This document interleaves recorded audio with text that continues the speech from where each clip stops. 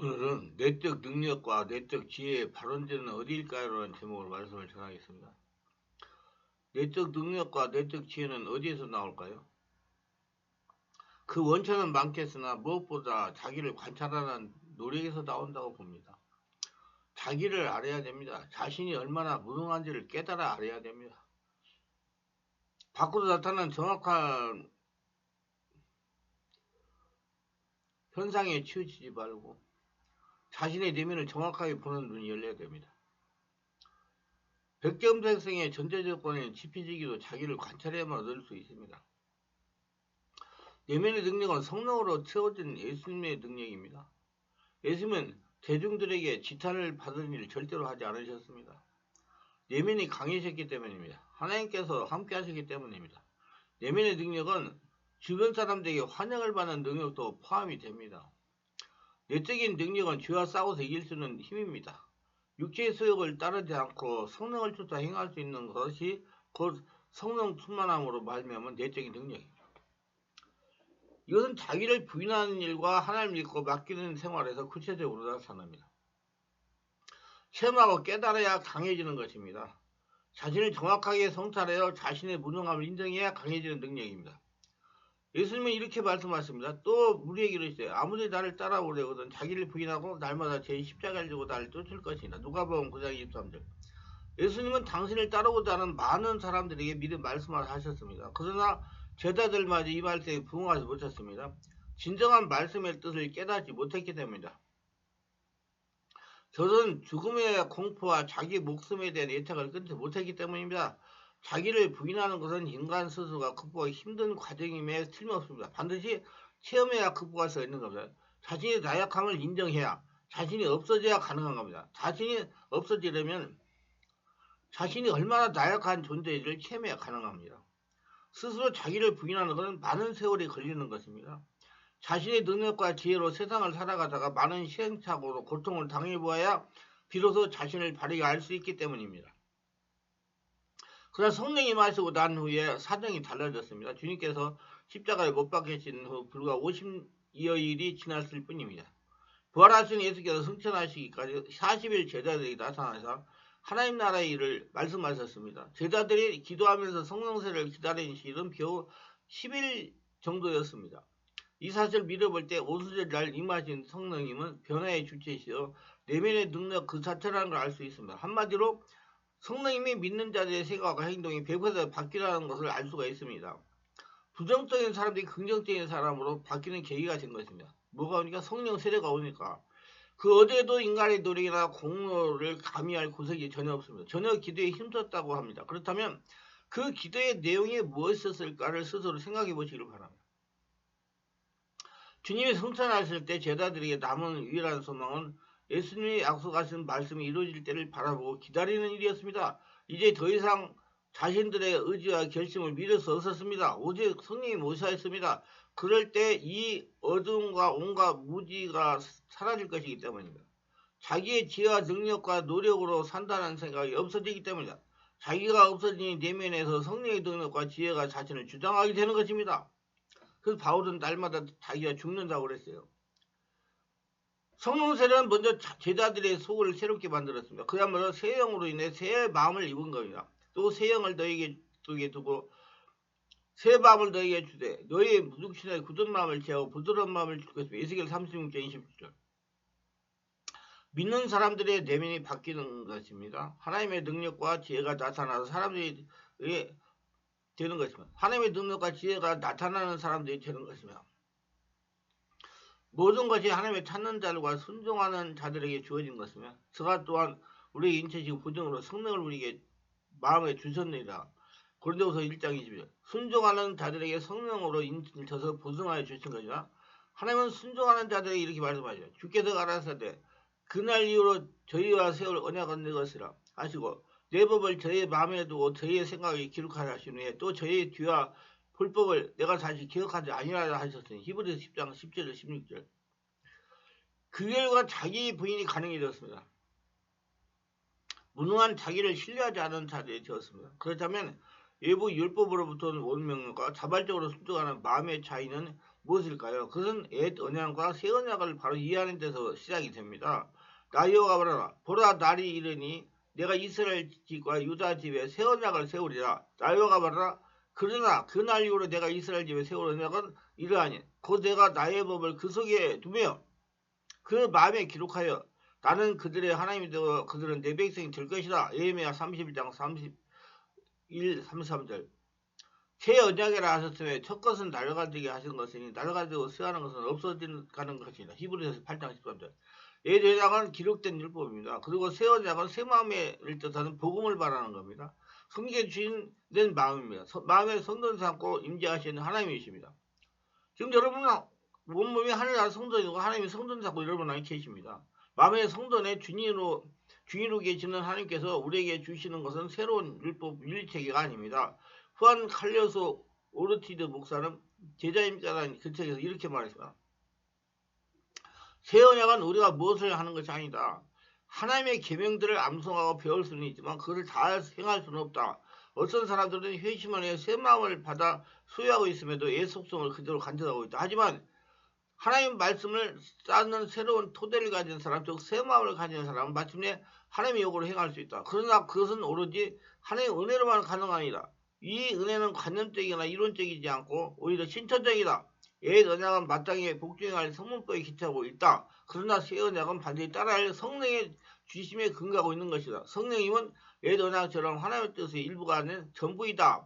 새 마음을 부여받은 제자들은 이제 율법의 요구를 뛰어넘는 삶을 살기 시작했다. 그랬어요.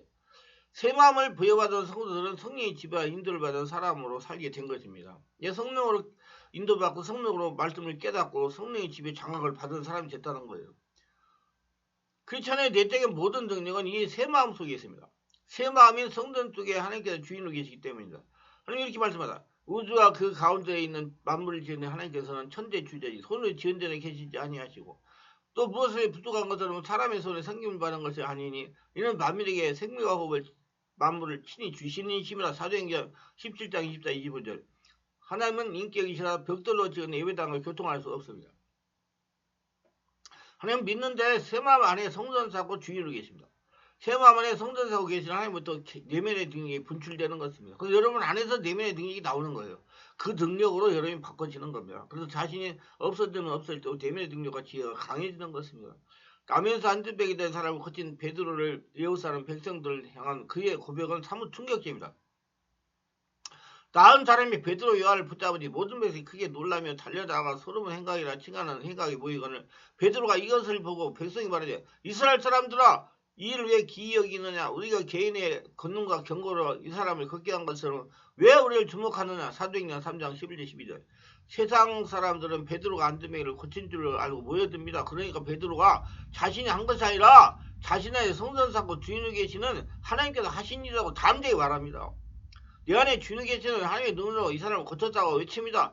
그 이름을 믿는 믿음으로 그 이름을 너희 보고 아는 그 사람을 성하게 하였나니 예수로 말미암아 난 믿음이 너희 모든 사람 안에서 엘리야같이 완전히 낫게 하니라. 사도행전 3장 11절. 이전에 인격적으로 지구만 자가는 베드로가 아닙니다. 자신을 부인하고 도리어 예수님과 부활을 증거하는 증인으로 담대히 유축했습니다. 열심히 하셨다. 열심히 하셨다. 의순절날 성령으로 세례받고 베드로가 완전히 바뀐 것입니다. 내면의 능력은 자신이 없어지고 하나님께서 주인 되는 것을 담대히 선포할 때 강해지는 것입니다. 한마디 인격이 바뀌어야 가능한 겁니다. 인격이 누가 바뀌게 합니까? 성령께서 하시는 겁니다. 성령님이 아니고는 인격이 바꿀 수가 없습니다. 인간적인 노력으로 인격이 바뀔 수가 없습니다. 대통령이 되어 바뀔 수가 없습니다. 아니 인간적이 더 나빠질 수가 있습니다. 그러나 성령으로 세례받은 베드로는 순간 바뀌었습니다. 유대인들과 관원들의 무리도 더 이상 두려워하지 않습니다. 베드로와 요한이 대답하려고 하는데 하나님 앞에서 네 말씀 듣는 것이 하나님 말씀 듣는 것보다 옳은가 판단하라. 우리는 보고 들은 걸 말하지 아니할 수 없다. 하나님 관원들이 백성을 인하여 저희를 어떻게 행할 도리를 찾지 못하고 다시 위협하여 놓아주었으니 이는 모든 사람이 그 된 일을 보고 하나님께 영광을 돌리리로다. 사도행전 4장 19절 21절. 나아가 이스라엘 공의 앞에서도 여전히 담대하기만 합니다. 하나님께 영광을 돌립니다. 오히려 기쁨으로 고난을 감당하고 있습니다. 이런 놀라운 변화야말로 새 마음으로 말미암아 내적인 능력이 비롯된 것입니다. 베드로의 내면이 성령으로 바뀌니까 내면의 능력이 강해진 것입니다. 사도들은 그 이름을 위하여 능력받은 일에 합당한 자로 여기심을 기뻐하면서 공의 앞을 떠나이다. 저희가 날마다 성전에 있든지 집에 있든지 예수는 그리스도가 가르치기와 전도하기를 쉬지 아니하리라. 사도행전 5장 41, 42절. 이런 일로 당황한 것은 도리어 제사장도 공의였습니다. 불과 며칠 전만 해도 유대인들을 두려워했던 모습은 어느새 온데간데 없어졌습니다. 그리고 날마다 제 십자가를 지고 주님을 끝까지 따라갔습니다. 사도는 삶은 내적 변화와 진정한 능력이 무엇인지 새삼 생각하게 합니다. 이렇게 베드로같이 깨달아야 내면이 강해지고 내면의 능력으로 살아갈 수가 있는 것이죠. 깨달음이란 자신의 내면이 강화하는 근본입니다. 베드로가 성령으로 세례를 받고 완전히 변했습니다. 그래서 복음은 내면의 복음입니다. 자신이 지금 어떤 위치에 있으면 누가 함께 있는지를 깨달았기 때문입니다. 깨달음이란 생명보다 더 위대한 것입니다. 그 육안으로 보거나 육신이 도구로 만들 수 있는 것보다 더 위대한 것을 아는 과정입니다. 깨달음이란 그런 것보다 더 위대한 것, 즉 내면에 있는 우주의 진짜한 통치력을 알기 시작하는 순간입니다. 이건 반드시 성령으로 되는 겁니다. 오직 하나님의 성령으로 이걸 우리에게 보이셨으니 성령 모든 것 곧 하나님의 깊은 것을 통달하시나 사람의 일을 사람 속에 있는 영에 누가 알리요? 이와 같이 하나님도 하나님의 영에 아무도 알지 못하라. 고린도서 2장 10절 11절. 깨달음은 내면의 각성을 뜻합니다. 자신의 매일 쓰고 있는 것보다 훨씬 위대한 힘이 자신에 있다는 걸 인식하는 것입니다. 예수 믿고 성령으로 세례받은 연후에 깨달아지기 시작합니다. 성령 세례를 꼭 받으셔야 돼요. 무엇보다도 성령으로 세례받는 것이 중요합니다. 하나님 영이십니다.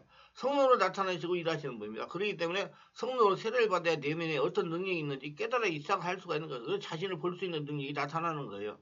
귀신은 남을 자꾸 보게 하기 때문에, 성령은 나를 보게 하기 때문에 바로 성령으로 세례받으니 완전히 뒤바뀐 인생을 살게 된 것입니다. 보통 자신의 생각과 의중 지시를 따르지만 깨달음에는 하나님의 뜻을 따릅니다. 우리는 하나님과 연결되어 우리의 진가를 인식하게 되면 동서에 매우 겸손해집니다. 자신에 대해 많이 알수록 더욱 겸손해지게 되는 것입니다.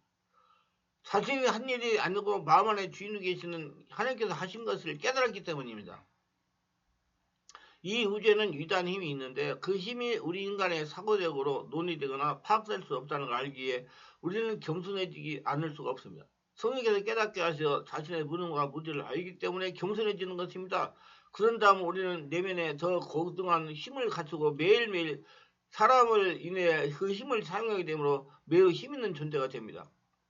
우리 안에 거하는 성령과 전지전능한 하나님으로 분출되는 긍정적인 힘에 올바른 그를 향해 우리는 내면을 두드리면 전에는 닫혀있던 그 근원이 열립니다.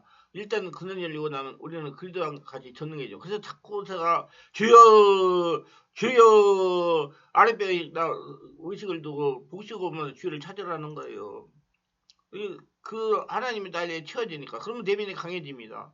우리는 이 타고난 하나님의 능력으로 많은 사람을 도울 수 있습니다. 그때 우리는 보다 겸손해집니다. 왜냐하면 모든 사람 안에 똑같은 힘이 있다는 걸 알게 되어가지고 모든 이들을 살아있는 하나님의 형상으로 존경하게 되기 때문입니다. 그래서 모두 한 명은 천하보다 귀합니다. 모두 아시고 자기 내면 강화가 되고 강화된 능력을 가지고 다른 사람 도와서 모두 하나님의 형상으로 바뀌는 복된 도구들이 되는 만드는 축복의 도구들로 쓰임 받으시길 바랍니다. 기도를 성령으로 바르게 하면서 성령으로 세례받고 성령의 물을 받고 싶고 내면이 강화되고 내면의 능력으로 살고 싶으면 충만한 교회에서 매주 월화 금토하고 있는 온몸 집중 치유 집회에 참석하세요. 하시면 빨리 내면의 능력이 강화되고 하는 게 쓰임 받을 겁니다. 기도합니다. 오늘도 저희 설교를 끝까지 들어주시는 분들을 축복하소서. 특별히 구독, 좋아요, 알림 설정하시면 기억하시고 하늘을 보고 넘쳐나게 없어서 그 내면이 강화되어 하나님께 크게 쓰임받으며 모든 영광 하나님께 돌리는 복제인 자가 다 되게 하소서. 예수님 이름으로 기도합니다. 아멘.